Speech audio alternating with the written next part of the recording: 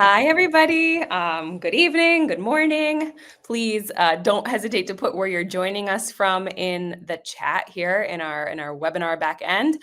Um, Welcome. I'm Lauren Aloise. I am the co-founder of Devour Tours, one of the two brands sponsoring today's webinar. But today we are going to be talking all about Lisbon. We've got a great hour of questions and answers for you all about Lisbon and beyond, planning your perfect Portuguese adventure. So I'm hoping that everybody here is in the right place and ready to learn and discover all the secrets of Lisbon. And if you have questions during the webinar, you can drop them in the chat. I have some of my colleagues over there who can answer questions in the moment or can push them our way even if it's something that a lot of you are asking about. So we're hoping that this hour flies by, is really dynamic. And I also have the ability here in the webinar platform to ask some questions to you and put out some polls. So I'm actually going to start with one just to get a read of who is in this virtual room with me. And I'd love to know if you have a trip planned to Lisbon, when is it? So let me just open up the poll and let's see here. Okay, I'm going to put out this question and give you a minute to answer. So yeah, let us know. And if you don't have a trip, that's an option as well. And hopefully you're here to get some information about potentially coming to Lisbon soon. And if you do have a trip, even better, because this will be a great, really tip-filled hour. We've got some great guests, which I'm going to introduce in just a moment. So let's see, when's your trip to Lisbon? Answers are starting to come in. I'm seeing a lot of you will be traveling really soon, March to May. So maybe some of you are already there. Summer, a few, 13% of people in the room so far. Fall, okay. And then we've got a chunk of you who are just browsing, who don't have a trip planned yet, and a few people for later than November. So wow, a really kind of nice split here. Thanks for answering that question. Okay, so let me see, let me just end this poll. I hope everyone's had a chance to answer. Okay, great. I can actually show you just so you guys all know who's also in this virtual room with us. So yeah, you can see that we have a variety of people, but majority of you going to Lisbon soon. So that's really exciting. Okay, I'm going to switch for a moment. And I'm just going to introduce you briefly to the sponsors of this webinar. So Walks and Devour, we're sister companies. We run tours. We like to say that we run the best tours in Lisbon and in many other destinations. So Walks is all about exclusive access, small groups to major attractions, but with the best guides who are going to tell you stories and really bring you behind the scenes. In Lisbon, we're about to launch one of the whole company's kind of most exclusive and interesting products, let's say, part of our early access line of products, and we have early access to the Pena Palace in Sintra. So I did this tour actually as when we were trying to figure it out and trial it with Lorena, who will be joining us as a guest in just a moment, who created the tour. And it's really incredible because we go into the palace alone, empty, which if you've been there in tourist season, which I suppose many of you probably haven't, it is anything but empty. And so it's a really magical experience. You can see it in my background. That's actually, hold on, how do I do this? That's me on the, the left. So I'm in this picture twice today, and it's just really special. So that's a little bit about Walks. Then, as I mentioned, I'm the co-founder of this other company called Devour Tours. We started here where I'm based in Madrid, and we run food tours and culinary experiences now in 17 destinations. And we really want to bring people into the heart of the city through its food, connect people to local food makers, to local food artisans, to the people serving the food, and really kind of learn the history and culture of any destination through what we eat and drink. So that's what we do. Really excited to be here today. And if you stay tuned till the end of this lovely hour, I do have a brief but nice discount code for you that will run through the weekend, and you'll be able to save on Walks and Devour Tours in Lisbon. So for those who stay, you will have a reward. So now I'm going to actually go ahead and introduce our guests for today. So I'll start with Lorena Carrillo Perez. Lorena originally hails from a small, tiny village near Cuenca in Spain. But 8 years ago, she went to Lisbon for work and never came back. So she's been there for most of her tourism career and is absolutely enamored with Lisbon, its food, its people, its wine. And when I hear her speak Portuguese, it sounds native. So she's been a great acquisition for Portugal and has designed all of our Walks and Devour tours over in Lisbon and knows the city inside and out. So Lorena, come on to the stage and say hello. Hello, everybody. Thank you so much for having me. Thanks for joining, Lorena. And I like to ask when someone comes on stage, I always like to ask a little question. So being that I'm, the Devour person, I want to know what you would say for a visitor to Lisbon. The first time visitor is like the must try Lisbon dish.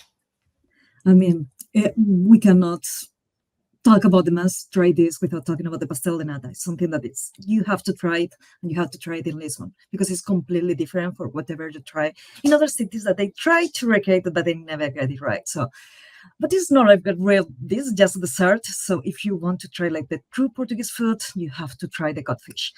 Maybe something that you've never thought as a very delicious in, but it really is. They cook it here with so many recipes, and it's always amazing. So something that you absolutely have to try.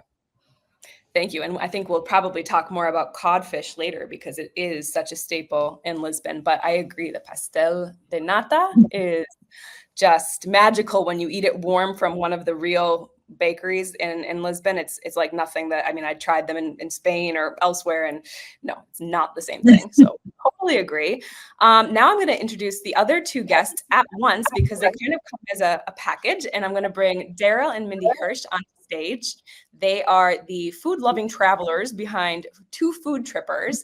I've known Mindi and Daryl for a long time through our mutual love of food. For a long time, they were actually traveling the world as travel bloggers and influencers and writing on their award-winning website.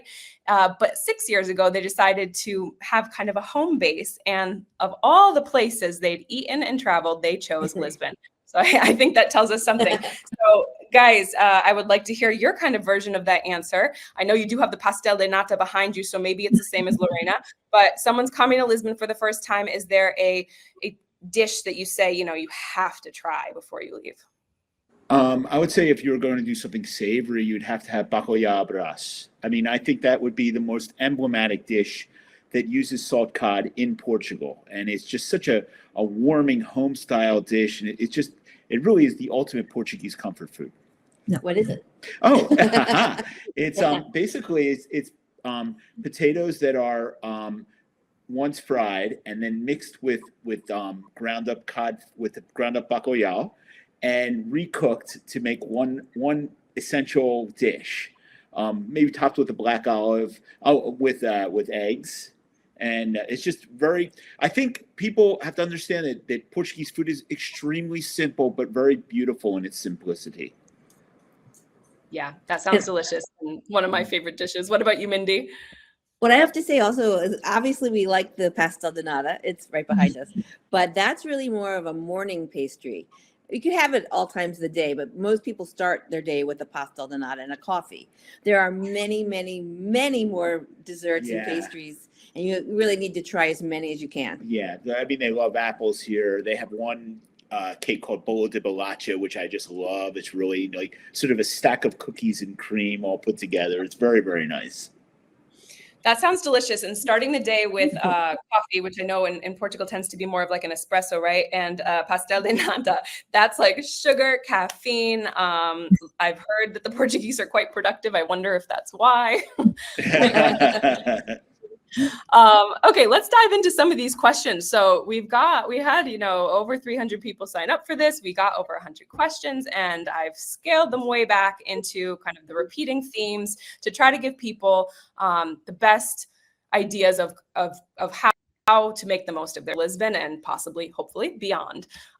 So let me bring up my list. And so I think something that's interesting is a lot of people going to Lisbon who don't necessarily have their trip booked yet are wondering about the season. So we got a lot of questions about like, when's the best time of year? Now, I know from the poll, a lot of people already do have it reserved, but what would you say are some of the better times of year to visit Lisbon, or how does it change based on the season? I'll let Lorena, you take this one first. I will say my favorite time to visit Lisbon is May because of the jacarandas. There are a lot of these beautiful trees around. They have the flowers only 3 weeks a year, and it's during May, and everything gets purple and beautiful, and you see them on the top of the trees, but also on the ground. It's really beautiful and really unique. So I really recommend May, and then June, because we have the the local festivities, and it's something very local, very for the people in here, but it's very fun and it's in every corner of the city. So May or June are absolutely amazing. And Mindi and Daryl, any I would repeat, definitely May, June, September are probably the most perfect times of the year to come. Actually early July can be very nice. It does get very hot in August, but it's still really, most times of the year it cools down so nicely at night, and it doesn't feel like you're going to pass out from the heat in most cases, unless you're like dead in the sun in August.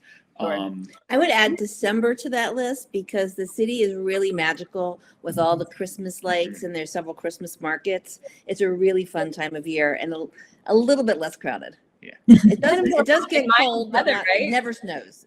Sorry. Yeah, it's like, well, depending on where you're from, everything's relative. But I found when I've been there in winter, as long as it didn't rain, which I know now we're kind of in the rainy season, but in December we're not, and it's so mild, the weather, and it's just really, the sun comes out during the day, and you're almost in a t-shirt.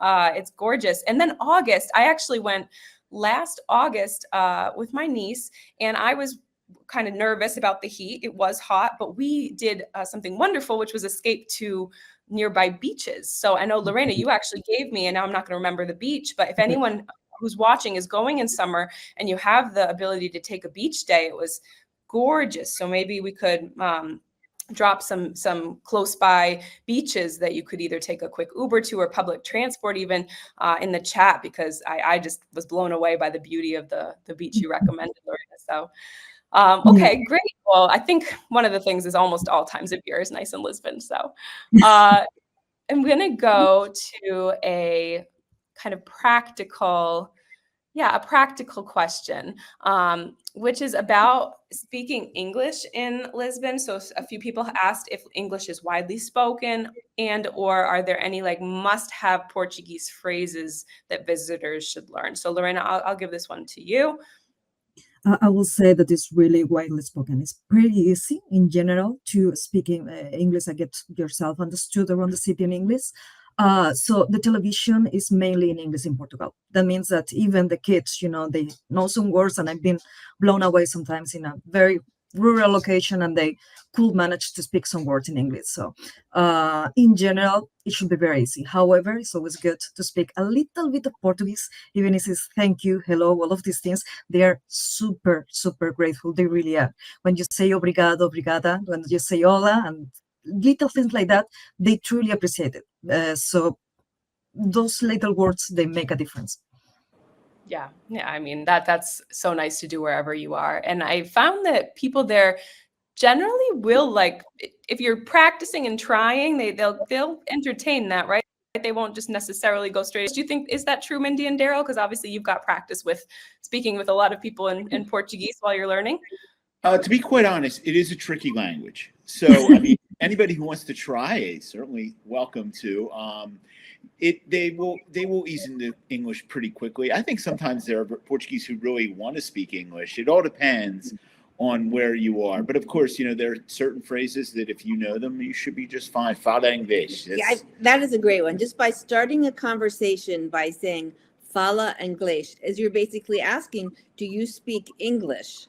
And as a courtesy, because obviously the language here is Portuguese, instead of just jumping right into English, or even worse, starting with Spanish, because a lot of tourists think that Portugal is next to Spain, so therefore we should speak Spanish, but that's actually not the language here. So it's better to speak English over Spanish rather. Yeah, that makes sense. That's a good tip. And I like the fala English. gonna use that next time. So Mindi and Daryl, I was wondering if you could give people who wanted tips on getting around in Lisbon, because I think a lot of people know, and it's from my own experience, it's true. It's a very hilly city. So it's like, can you walk everywhere?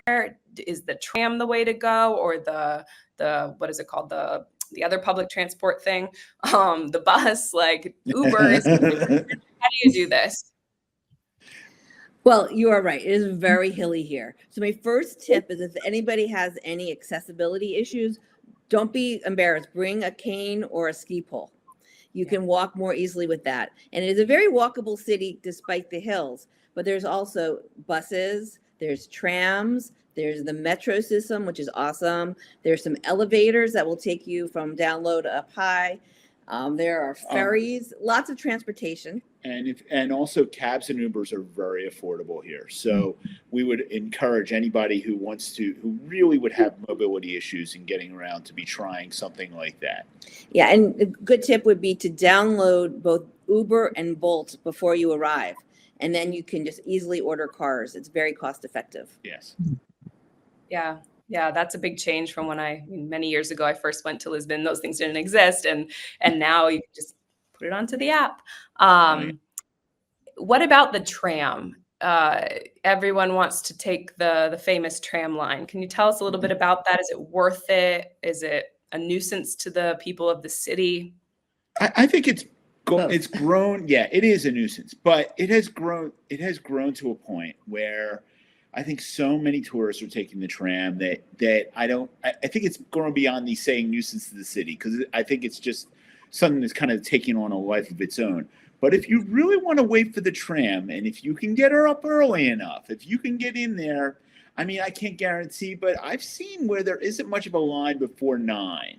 But, it can get extra. I mean, I've seen lines where they just back up right off Martí Moniz, right over all the way into Rua Madalena. I mean, it's pretty crazy. There is, if you need to get up the hill, there is a bus called 734, which it will bring you up to Graça into those areas of Alfama from that direction, which is actually very convenient. So they have that bus. So you're not, in that respect, I don't know if you're putting the locals out that much, but yeah, it can be an annoyance at times. And how long? So if you see a really long line, how long will that take to get through it? Do you know, Lorena? Very long time, because the trams are very, very small, and Like they're hours, not. or? Yeah. It could take over an hour. Over in 2 hours easily. I mean, in Yeah. summer, like in the very busy moments, you see a very big line. I know people waited for 3 hours. So Yeah. whenever you see the very big line, I don't think it's worth it. Oh yeah. So I think taking it early in the morning or later in the evening is a good way to go if you really want to take the 28 tram, because it is fun and it is iconic. But I don't know that I would not personally wait 3 hours for it. Yeah. And it also would be advisable that when you're on the 28, to be very careful with your valuables. Extremely. Absolutely. It's the one place in Lisbon that can get a little precarious in that respect. For pickpockets. Yeah. Yeah, that's a good question. I mean, people always have questions on safety, pickpockets. I guess, when you travel, we should always be safe and aware. It's a key point for, I think, any destination. But are there any other safety tips for Lisbon? Bring very comfortable shoes. Make sure that they have good grip. Now we have really good shoes for Lisbon, and I never slip on the calçada. So, and I know that sounds really odd, but if you wear the right shoes, you will be in good shape. Anything you would? Yeah, I think think that you have more of a risk of falling than of any sort of violence. But the one thing would be, just in any city, including Lisbon, is to make sure your valuables are secure, don't have open pockets. You don't have to be scared, but it's good to be careful. Yeah. Yeah, anything that you would ask? No, I was going to say exactly the same. It's not a dangerous city. You have to be careful as always, but in general, it's a very safe city. But it's true that the calzada can be tricky. You just have to be. The calzada is the cobblestone, right? Exactly, the cobblestone. Yeah. Yeah. They're everywhere. They're It can be so slippery, especially when they clean the streets, or if it rains. That's a really good tip. And so, I mean, I tell people going to Lisbon, do not pack the high heels. I mean, I can't imagine a time when you can wear them.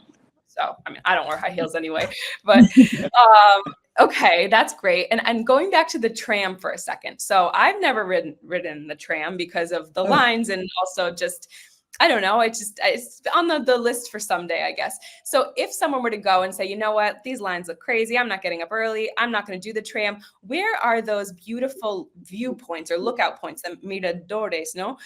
Where you can take like a picture with the trams? I would say the most iconic one is the Bika one. When you're on the top of the big elevator, you can take a picture of the big elevator and then you will see the river on the background. So you have the river, the city, the elevator is really beautiful. We call it elevators or trams. It's the same, basically. The tram is the one that goes around and the elevator that you go up and down one street, okay, all the time. So, and So this it's is not an one. elevator like this. It's the tram elevator. Yeah, okay. Exactly. It's the same, basically the same transport theme, but we just have a different name. But that one is really, really beautiful. And there's another tram that passes around Miradouro de Santa Lucia or Portas do Sol.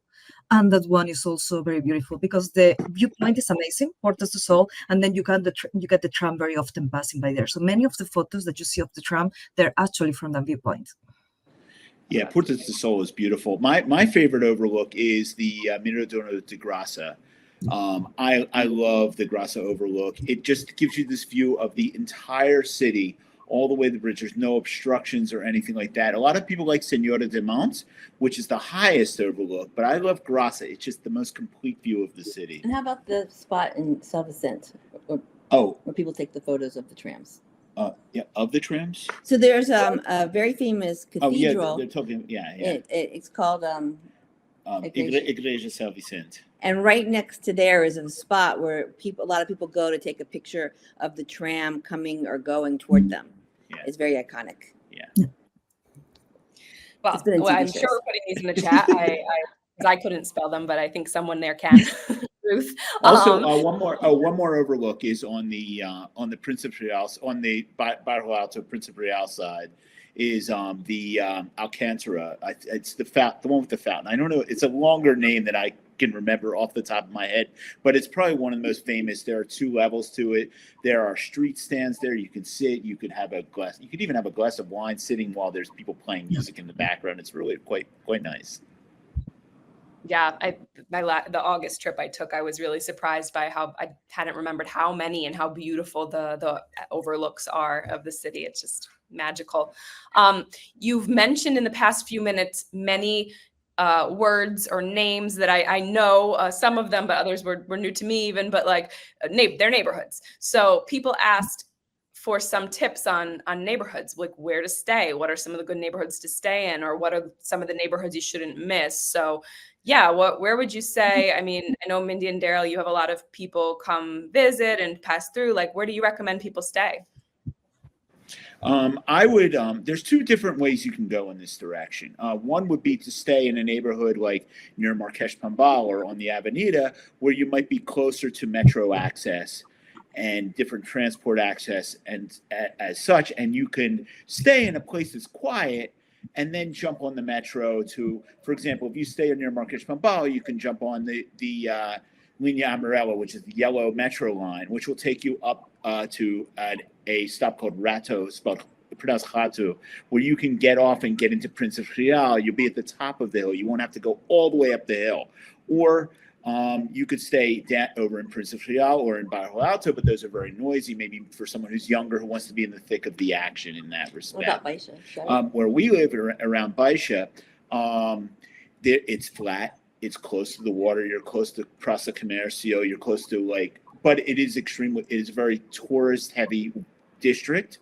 But it's still very easy to access the entire city. You can access the 28 tram. You can access both sides of the hill from Alfama to Bairro Alto and Chiado. Chiado is another area you could stay in with very ritzy shops, and it's also a really, really nice place, a little hillier. So there's a lot of things to consider in that respect. Anything you want to add, Mindi? Yeah. Okay, yeah. Anywhere else you'd recommend, Lauren? I feel like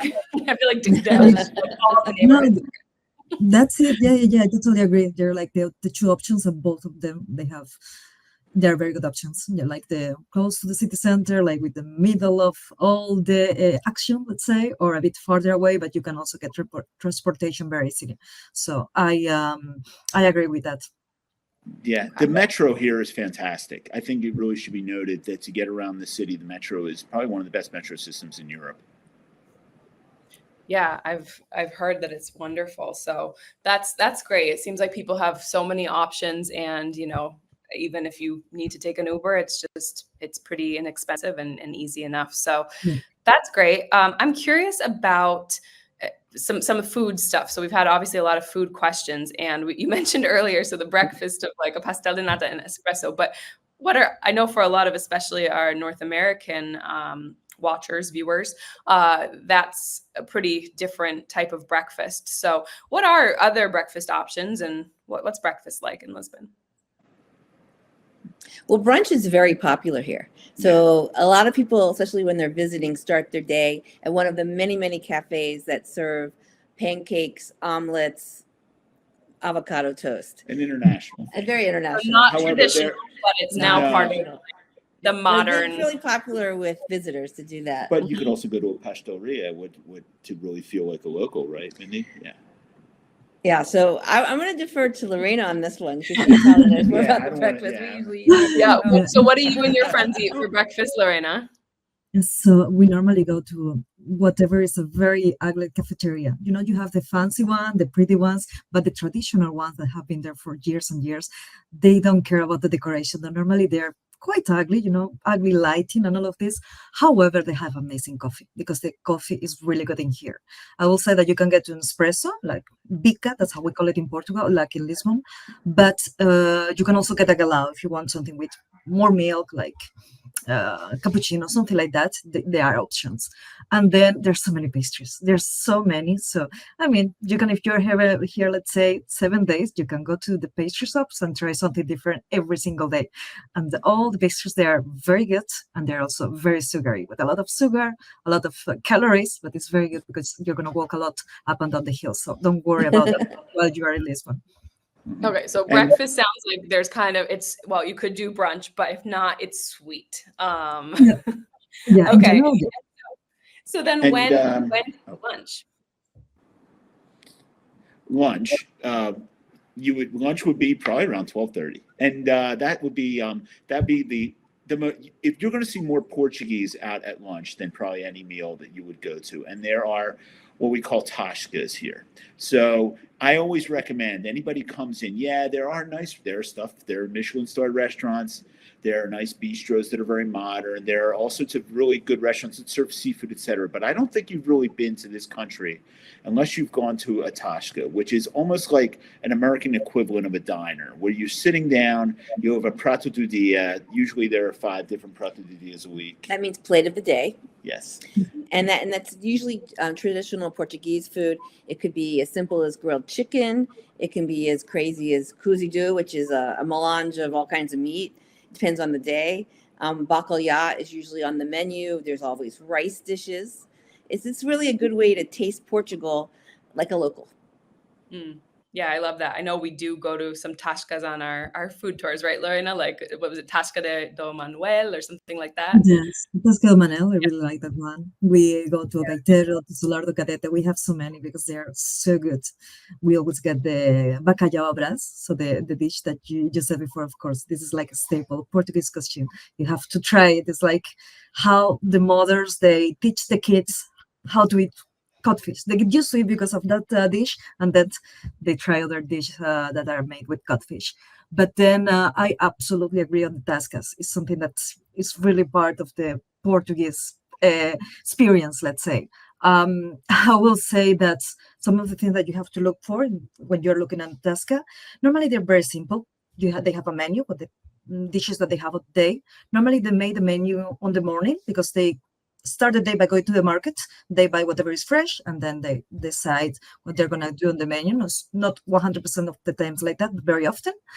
And in general, they are not very welcoming. Okay, I don't know how to say, but in the real Taskas, they are not like calling you to come inside. They have their customers. They don't really care. They're going to be not really mean, but it takes a little bit of time for them to warm up to you. Now you enter, you order, you say obrigado, and a couple of things in Portuguese. In a couple of minutes, they're gonna be warming up to you. But if they're not welcoming, normally it's a very good sign. I know it seems contradictory, but it's true. Now, I also want to add that if you don't are not in the mood for a sit-down meal, there are plenty of places where you can have a sandwich, like a bafana, which is very popular here, or even a tosta, which is like grilled cheese. Yeah, in fact, there's what a lot of people don't know is there's a whole network of kiosks, spelled with a Q, where you can sit down in the middle of the day and just order a toaster. With these toasters are huge for like not a lot of money. Almost two people could share one toaster, and it's just a really great quick lunch, and it's just really beautiful. You just sit there, enjoy the day, enjoy a toaster, a beer, vinho tinto, vinho, right? Yeah, all that. Sounds very, very Portuguese, and it's making me want to go to Portugal. Okay, I've lots of directions I could take this in. I think I'm going to go for one that's from the list, although I have my own questions are coming up. You guys are so helpful. So we talked about the Taskas and the lunch, like the menu of the day. What about Petiscos? I've heard a lot about Petiscos. Are they tapas? Are they small plates? Like, what's a Petisco? Where do you get it? When do you get it? I would say that would be something you would just walk by a pasteleria, and you could get things like pastéis de bacalhau is a classic petisco. You would have that at the desk. It all kind of mixes together. And petisco is the Portuguese word, pretty much means snack. So they're little bites, little fun things to eat. Yeah. So is it like tapas? Yes. Yeah, but you probably don't want to call it tapas. Yeah, because you do see that. You see on even some of the restaurants in Lisbon will say, like, instead of putting petiscos, they'll put tapas, I guess, because they think people will understand that. But it's a shame because it's not the same thing, and it's a different word. It's small bites, sometimes informally sold from like a snack bar or like a little shop, but other times you could go out to more of like a Tasca restaurant and have petiscos. There are places where you could have seafood, you could have petiscos, you could have a prato do dia, all in one sitting if you wanted to. Yeah. And Lorena, do you go out for just petiscos, or is that just like before you eat? Actually, in general, I will say my case is before I eat. Like you go to a restaurant, you're with your friends, you order something in the middle. That's the most common scenario. However, it happens that you keep ordering petiscos, and beer. Finally, that's your meal. That also happens. So in that sense, it can be similar to tapas. I don't want to call it tapas. Of course, we don't want to. But somehow the spirit of sharing is there. And there are some things that you can find in many places, like the peixinhos da horta, which is a very Portuguese dish. They made fried green beans in tempura. That's something that you can find in many places, but you have to look for the good ones. We keep looking for the best ones in different restaurants. We totally like the petiscos. Yeah. Oh, that sounds delicious. And then you mentioned markets. So we had a couple of questions come in, and maybe I think all of you will have answers to this. Maybe you'll have the same or different, but people want to know two things. First of all, what local markets would you recommend checking out? So if you have some tips for that. And then also Time Out Market, is that worth it, or is that like a tourist trap? So maybe start with the best local markets. And I don't know if Lorena, you have a favorite? My favorite is in Campo de Urique. It's kind of a fancier area at this moment, but the market is really nice. You have the normal stand, with the food, with the fruits and all of this, but you also have some of the restaurant, the mixer you can see in many markets right now, but it's really good quality. I really like that place. Is it January 31? Yeah, so there's a market over in the Saldana area called Mercado 31 Janeiro, which is the January 31 January market.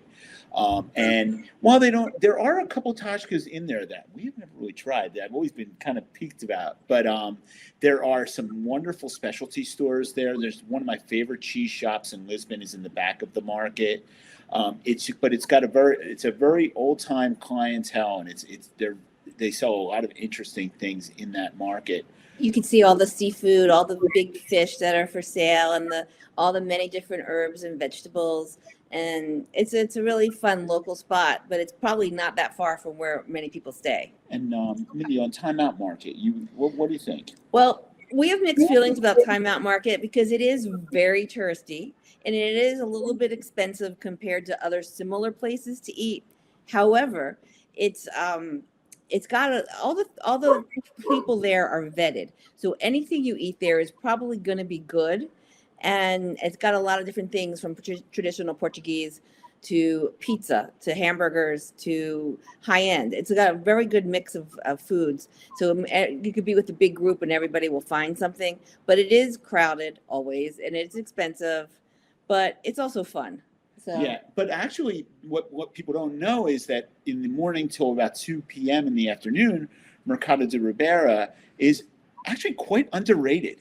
They sell a lot of good stuff there. Great fish markets. I buy fish from there all the time. It's a good way to see a few things. If you could even do a little bit of a picnic lunch, if you could go, there's a couple meat purveyors like Montegaria Silva has a stand over in Time Out. You could go get a little fruit over at Mercado de Ribera, do a few things like that, and it's kind of fun. They're in the same building. They're in the same building, very large building, right across from Cayo Sodre station.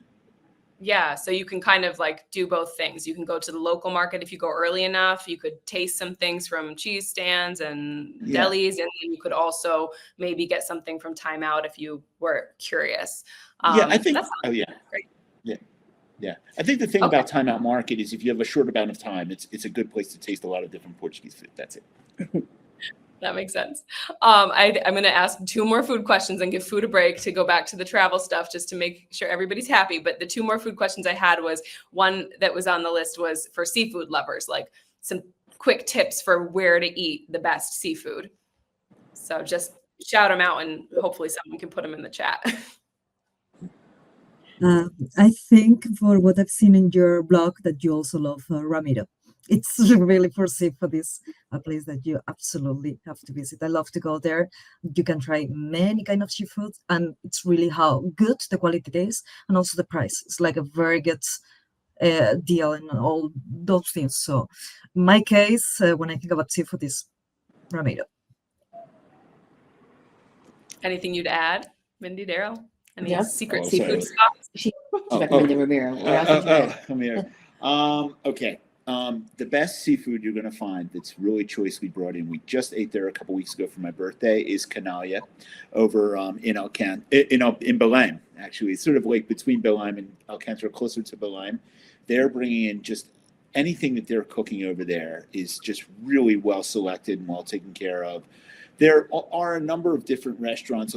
There is Pinocchio, which is over near Restauradores, there are a lot of tourists there, but they do a good job.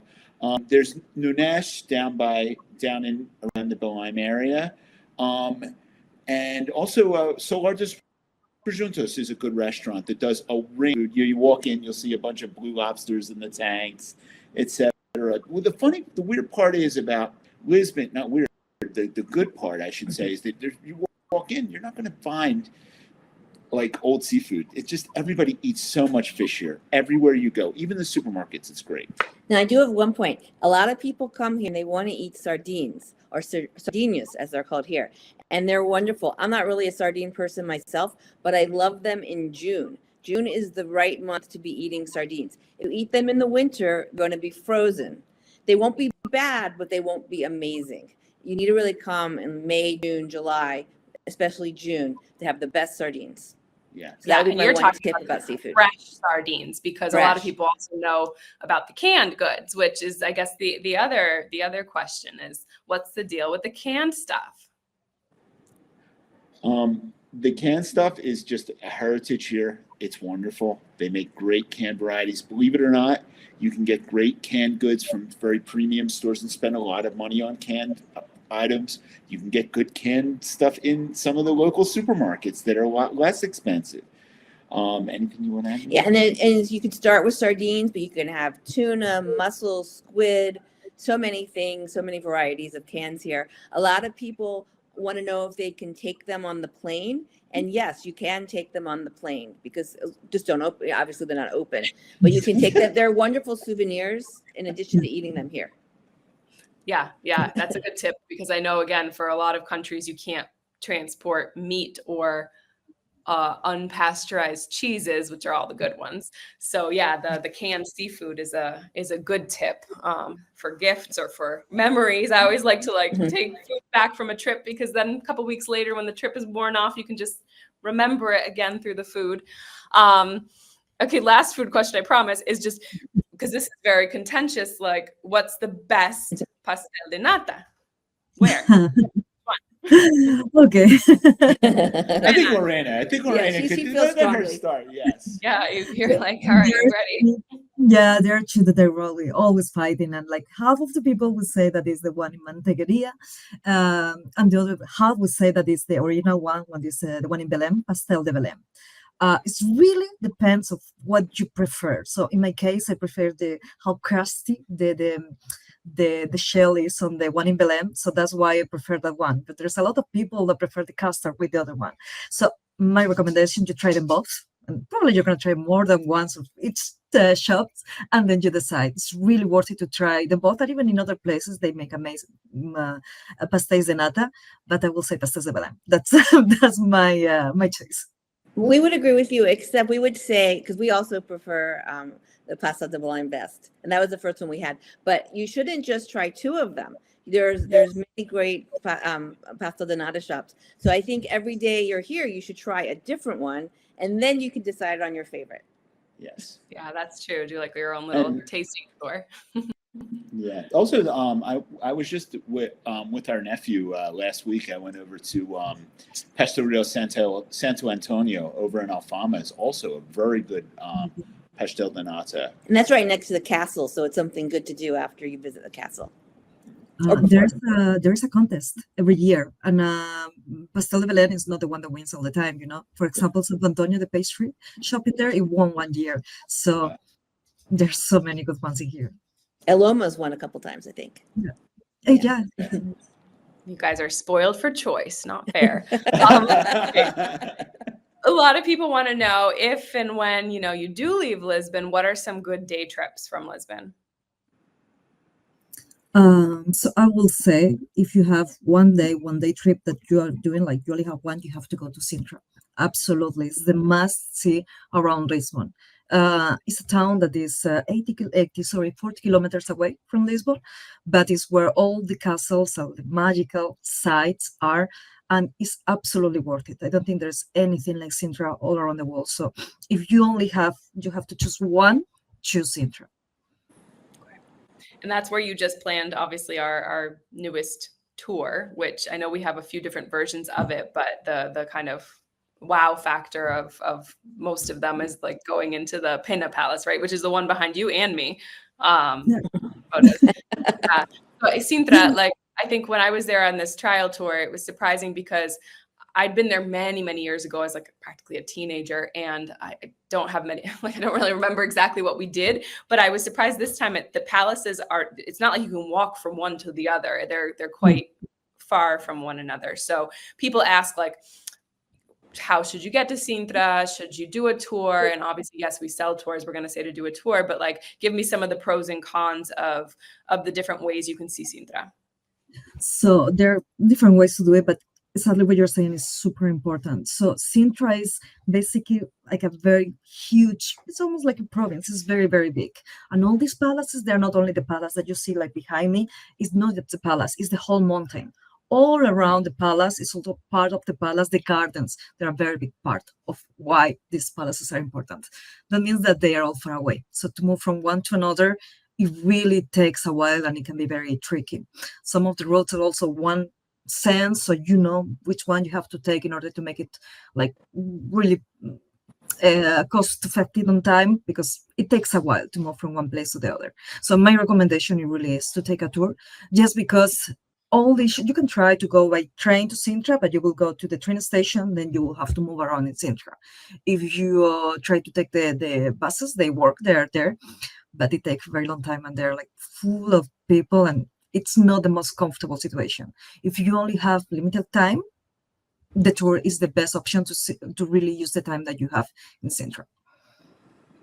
And Mindi and Daryl, how often do you or have you been to, I guess, Sintra as people who live in Lisbon?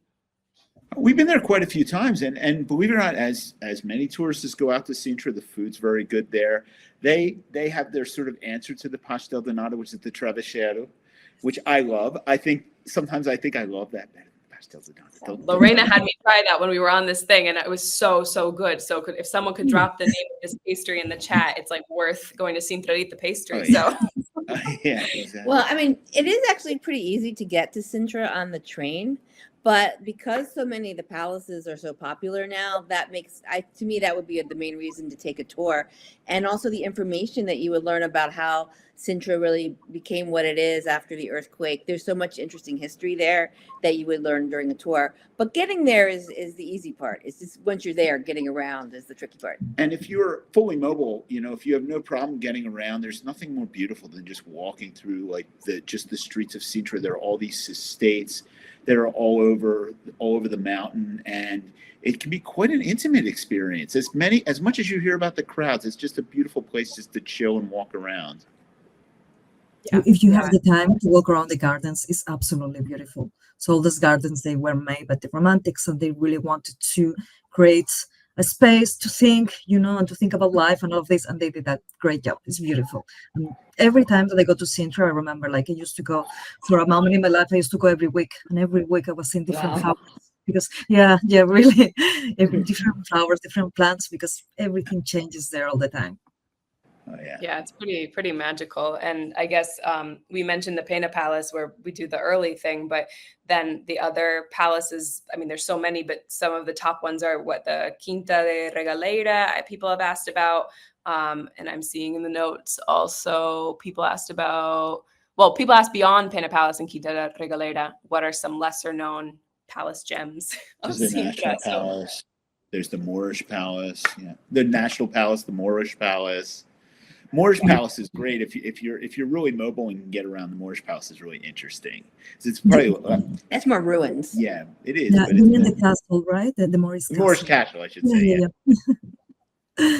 Because I was Castle. going to say, it looks also very Moorish, but it's much more modern and it's not ruins. It's Montserrat. It's one palace that is very forgotten many times, and I think eventually it's going to be very famous because it's beautiful. It's really beautiful, and there are not that many people. So if you want to see something different that without the crowds, the Montserrat is beautiful. Sounds like you could spend just a few days in Sintra. Like, it just doesn't seem like enough time. Okay, so to add to this conundrum, if you had to take another day trip that was not Sintra, what are some other options for people? And yeah, I guess what are some other common or not common, but great day trips? A great day trip is kind of surprising if you can get out to places in Setúbal. It's spelled Setúbal. It's across the river. There's a great little town called Azeitão. It's very famous. They're famous for their cheese, but they also are famous for making amazing muscatel wine. And you can go out there. It's not, I don't know if it's picturesque. If you go to the beaches, it's beautiful out in Rábida, which is nearby. But if you just stay in the town, there are a couple tours of some of the wineries that are quite nice. And in the middle of the summer, it's a really beautiful respite with good restaurants too. Okay, so you could get out Absolutely. to do a tour from Lisbon and as a day trip. Yeah. A lot of people like to go to Cascais as well, Yeah. which is fairly close. And of course, all the beaches. There's so many beaches. People think you have to go to the Algarve to go to the beach, but the entire coast of Portugal is a beach in a sense. So there's many beautiful beaches that are very easy to get to from Lisbon. Yeah, near Sintra too. There are beaches near Sintra. There are of course, you have Guincho near Cascais and Costa Caparica too, which is on the other side of the peninsula across the river. And also we mentioned the Cabo da Roca, the Cape. Cabo it's super famous. It's the most western point in the continental Europe, and it's really beautiful. It's kind of a cape with the lighthouse. It's really nice. Mm-hmm.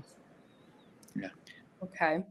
I'm going to ask you guys now to put on your travel agent hats, which I know none of you are travel agents, but I'm sure you are for friends and family. So a lot of people asked for like different lengths of time. What would you do in a week? What would you do in a few days? I think I'd like to ask the 3-day question, because I feel like a lot of people who come to Lisbon do spend at least 3 days. So I guess you're there for 3 days. What are your top things to do and see? I'm going to pass this one to Mindi and Daryl first. Day one, if you only, well, you could spend 2 weeks here and you'd have more stuff to do. 2 years. But 6. So there are one day I would dedicate to Sintra, as we talked about. One day I would dedicate to just getting lost in Alfama. I think just to see the old quarter of Alfama, and also if you can sort of go across the way to Chiado and Barco Alto also, but to really just, you won't see everything, but you'll get the feeling of the city. And then the final day, I would also go to Belém. I don't think we've talked about Belém, but I love the monasterio, the monastery in Belém, which is, I think, one of the most beautiful sites, one of the most beautiful churches in Europe. So, especially the cloister, it's just so gorgeous. And they have the Coach Museum. There's also and of course you can walk along the river. There's some wonderful restaurants down there, and just get a whole view of the city.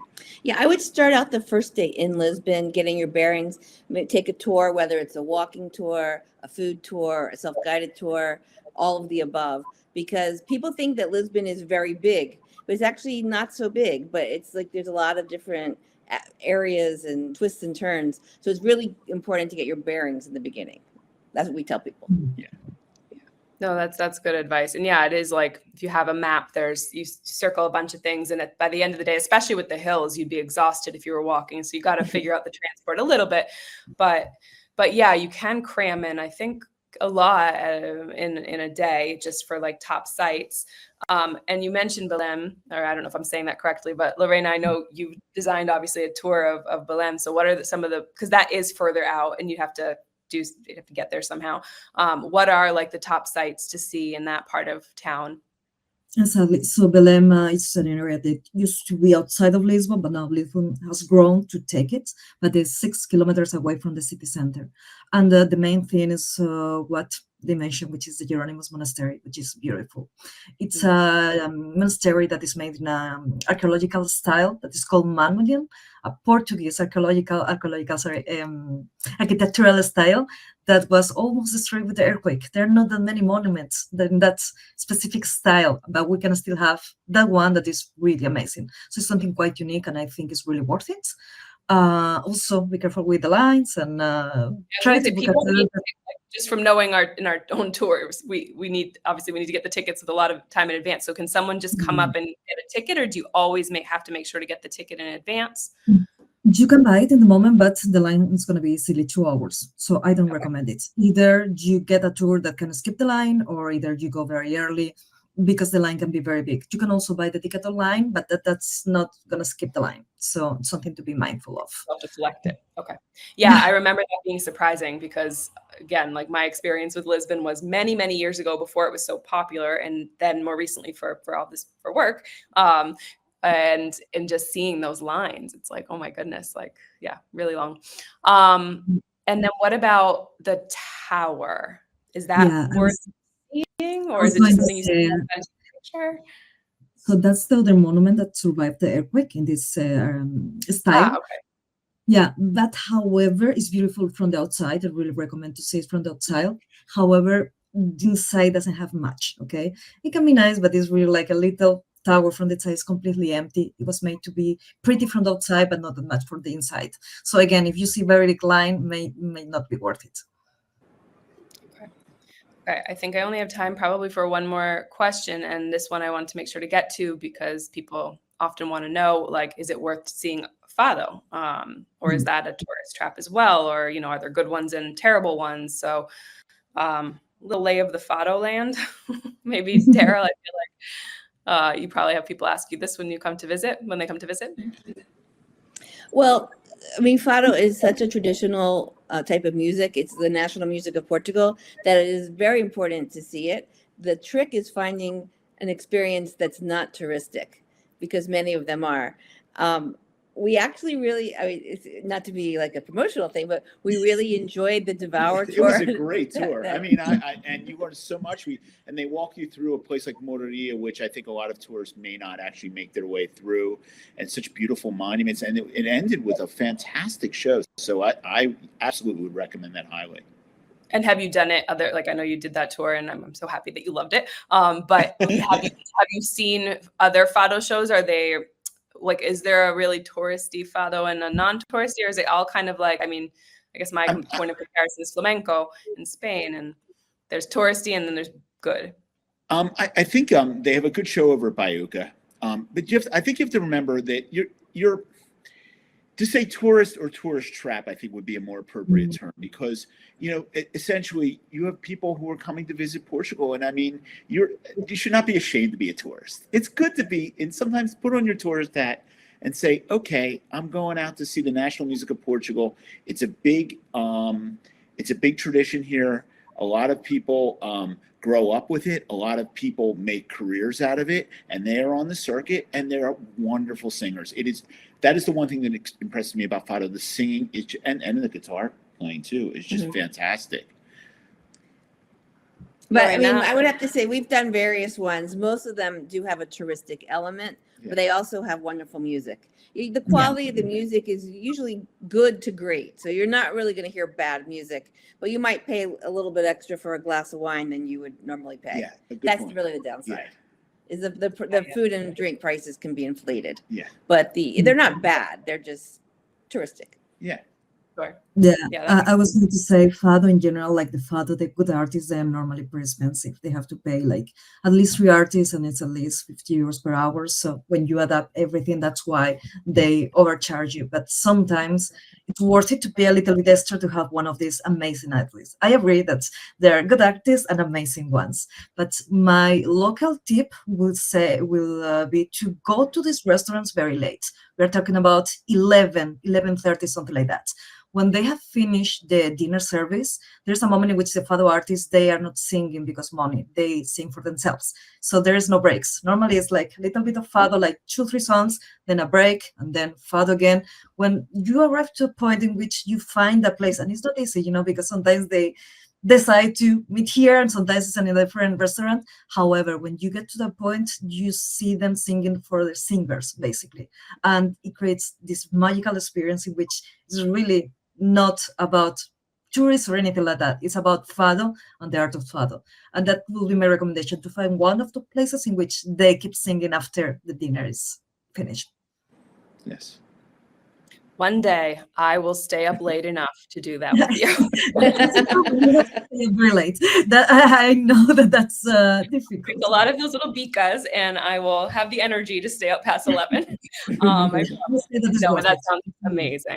It sounds amazing. Okay, well, that was the last question because we are almost out of time, and I still owe a lovely discount code to our viewers.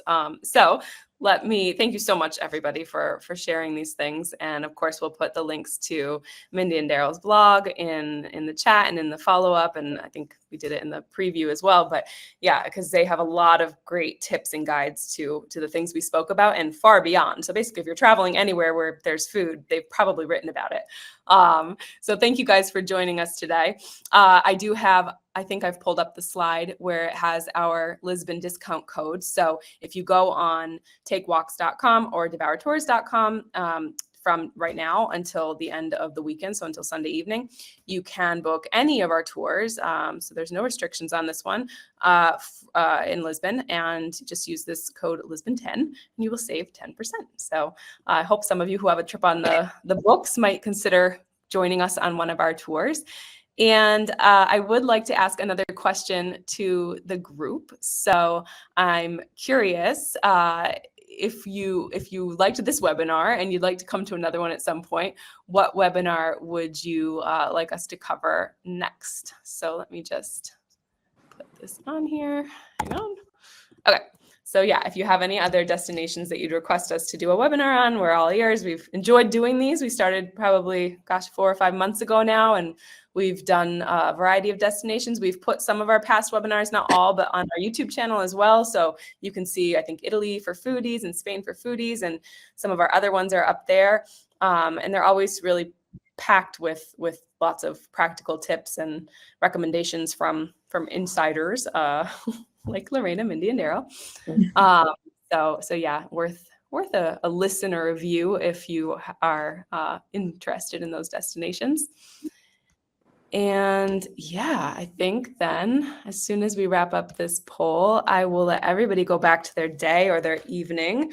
I am now in the mood for a pastel de nata, and I have nowhere to go, so I'm gonna have to a solution for that. Maybe I could get a glass of Portuguese wine somewhere, though even here close enough in Spain, it's hard to find. But yes, thank you for inspiring me, and I'm sure many other people tonight with your knowledge and tips. And I hope everybody who came learned something new and enjoyed themselves, and that you will join us at our next webinar, which is in a couple of weeks, for Venice. If you are at all interested in or would like to learn more about Venice, you should join us there. So thanks, everybody. Have a great day or evening. Bye. Thank you very much.